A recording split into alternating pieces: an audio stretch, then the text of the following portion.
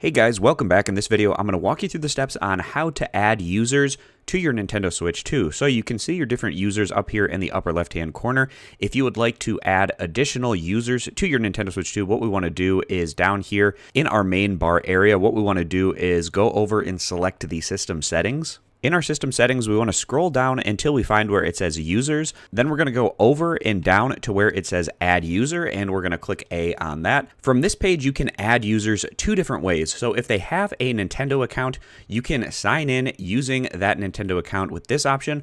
Otherwise, if you would like to create a user account that isn't linked up and hooked up to a Nintendo account, you can do that as well by selecting this option where it says add without signing in. So I'm going to do that option for this example. So I'm going to click where it says add without signing in. And then from there, you can select your own icon from the ones that show here, or you can create an icon. So I'm going to create my own icon. So I'm going to select a character. So for me, I'm going to select Charmander, and then I'm going to customize the background color. And let's do a nice red for Charmander's background. And then I'm going to click OK. And then you need to enter a name for this user's account.